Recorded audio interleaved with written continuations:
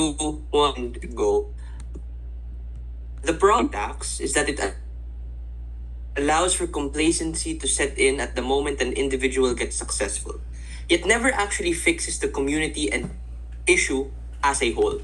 Just because one individual person gets successful does not mean that they are required to care for the community which has brought them. Because even assuming at opposition's best case that this person is the most selfless, community-loving person to ever exist, it will enough to actually solve all of the problems that Elo talks about. So if you actually want your community to improve, it's ironically through prioritizing your own interests first and like doing other stuff that doesn't have to do with money. I have 3 responses towards opening opposition. First response, you aren't Superman. You are not Elon Musk.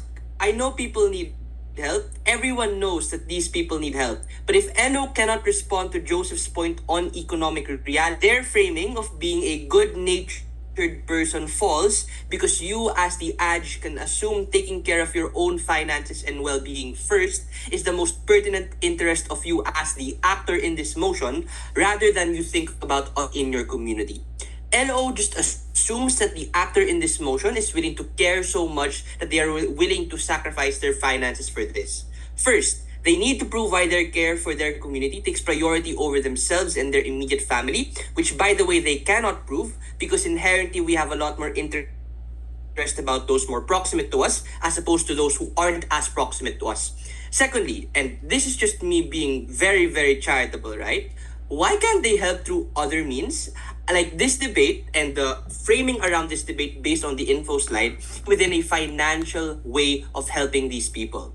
You can help through other means, through other avenues. What we want to say coming from OG is that this this specific financial expectation is very, very perverse and very, very bad. Secondly, LO says that you can make it sustainable. I'll flip this argument because the moment you say that you are willing to give some money means that people will ask more money from you in the future. This is true because you are a proven lender that provides no interest for them to give back. If I as a person can get an easy 1 to 2K every time I ask my family member, not only will I ask often or more often. Very bad and why you can't have that assumption that, yeah, I can probably do some sustainable sort of lending. Even true, you'll be bankrupt at the point in which you don't really take care of your finances and you don't put a hard boundary or a hard limit to the money that you're willing to spend. Thirdly, LO says that you're using them as a means to an end. And I think this is the point that suffers due to OO's lack of any engaging response to the arguments and to the framing that Joseph, my partner, has given. Joseph has told you many and true reasons why the first priority of all of these minority people who do become successful is within their own proximate interest and is within their most immediate concerns.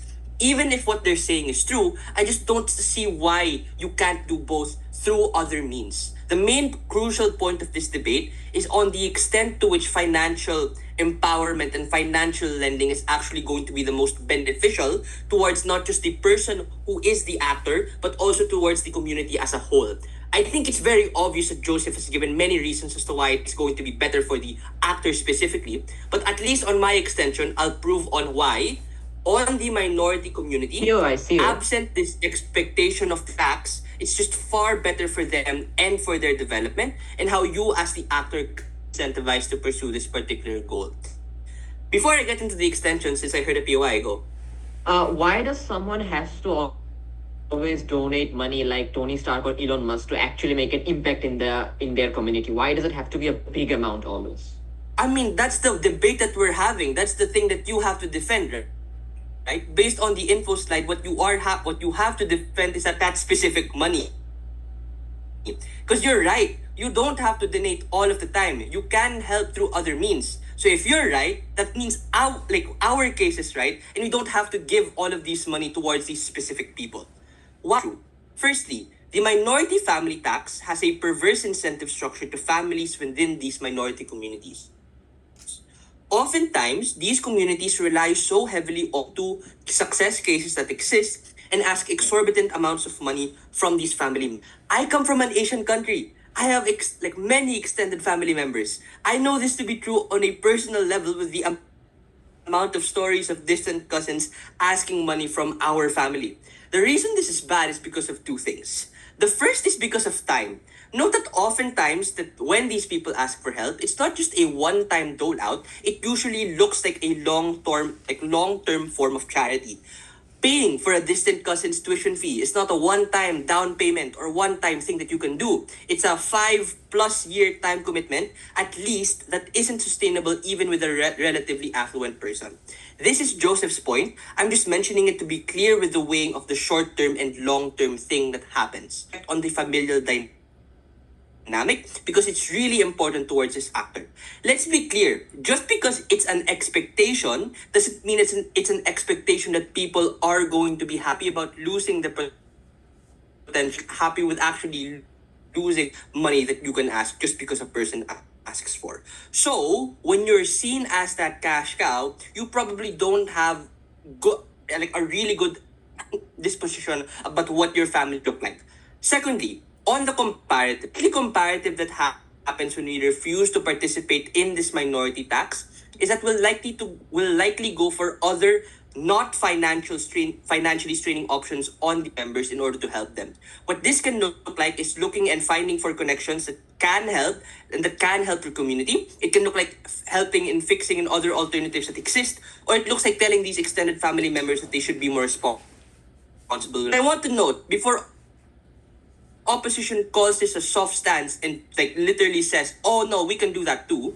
One, these people probably do love their communities, they love their cousins, they love their uncles. So there are other ways to help them if they do actually want to help money. But two, money is really short term. At most, you give them money which will be gone in the next week. What we say is that them finding opportunities is a better option for them because it allows for them to help themselves first. Again, be very saying, we don't have to reject all forms of help that we can give to these family members. What we're merely saying is that we don't want this specific actor to give money. For all of those reasons, very, very proud to propose.